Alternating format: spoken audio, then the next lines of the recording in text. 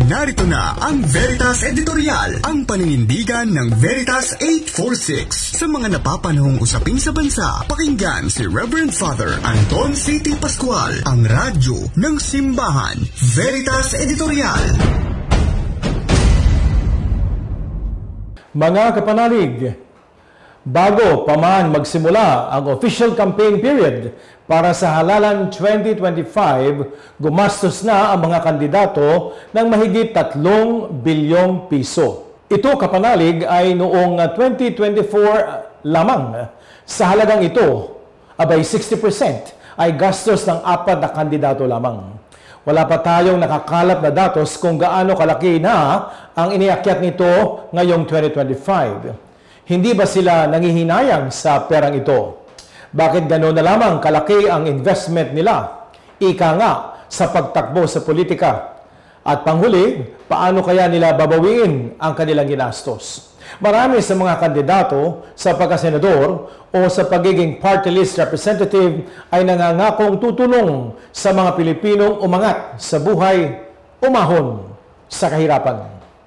Ayuda, trabaho, babahay, kalusugan, edukasyon, murang pagkain, ligtas na kapaligiran.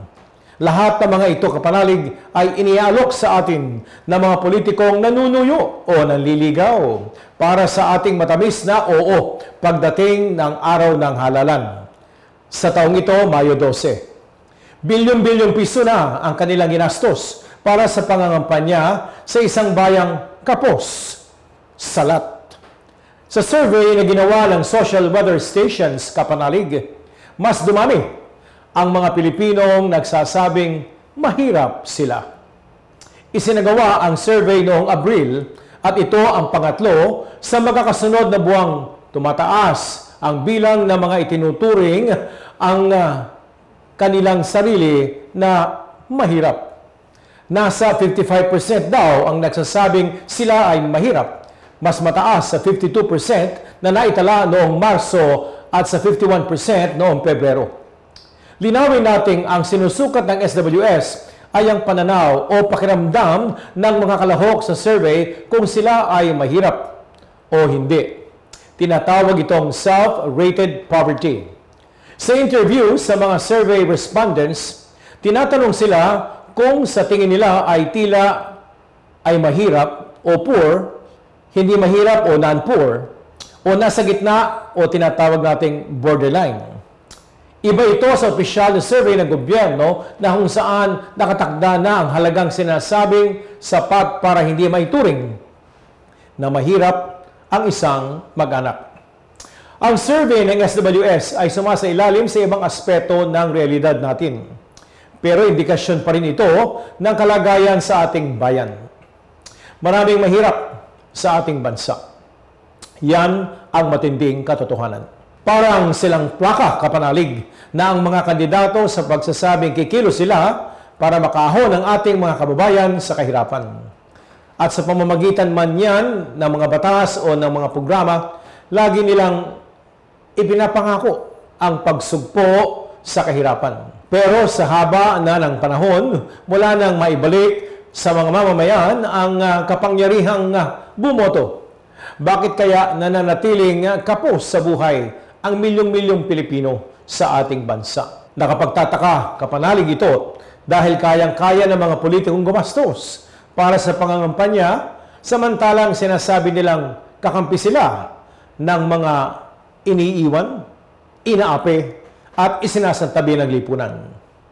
Para bagang hindi tugma, no?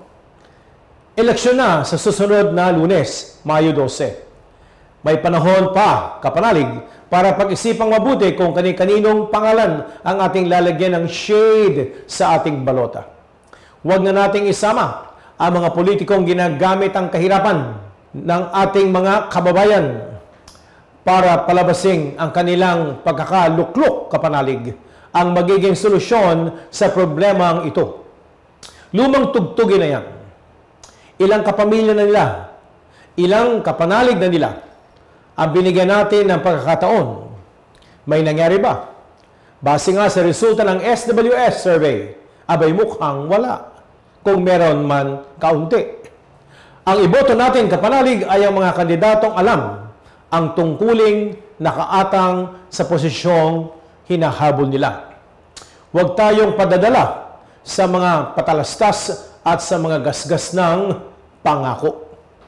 Piliin natin ang may mga tunay na nagawa na, hindi para umasa lamang ang mga tao sa gobyerno, kundi para mabigyan sila ng pagkakataon na magkaroon ng hanapbuhay na pangmatagalan. Yan ang ating pipiliin. Nakakakain sila, malulusog sila, nakakapag-aral ang mga bata. Kapanalig ang mga lingkod bayan base sa Catholic social teaching na Gaudium et Spes ay tumutulong sa mga taong tulungan ang kanilang sarili at tulungan din ang kanilang kapwa. Kaya ngayong halalan, midterm election ika nga, humingi tayo ng karunungan sa Diyos. Paalaala nga ni Santiago 1:5, vote wisely. Sa Biblia, kapag may krisis ang Israel, nagpapadala ang Diyos ng kanyang kinatawan. Minsan ay judge, minsan ay propeta, minsan ay pare, minsan ay hari. Sino kaya ang pinapadalang lingkod bayan ng Panginoon sa ating midterm election para sa kaunlaran, pagkakaisa at kapayapaan ng bansang Pilipinas? Let us pray, discern, and vote. Sumainyo ang katotohanan. Inyong napakinggan ang Veritas Editorial. Ugaliing pakinggan ng Veritas Editorial kasama si Reverend Father Anton C.T. Pascual. Veritas Editorial.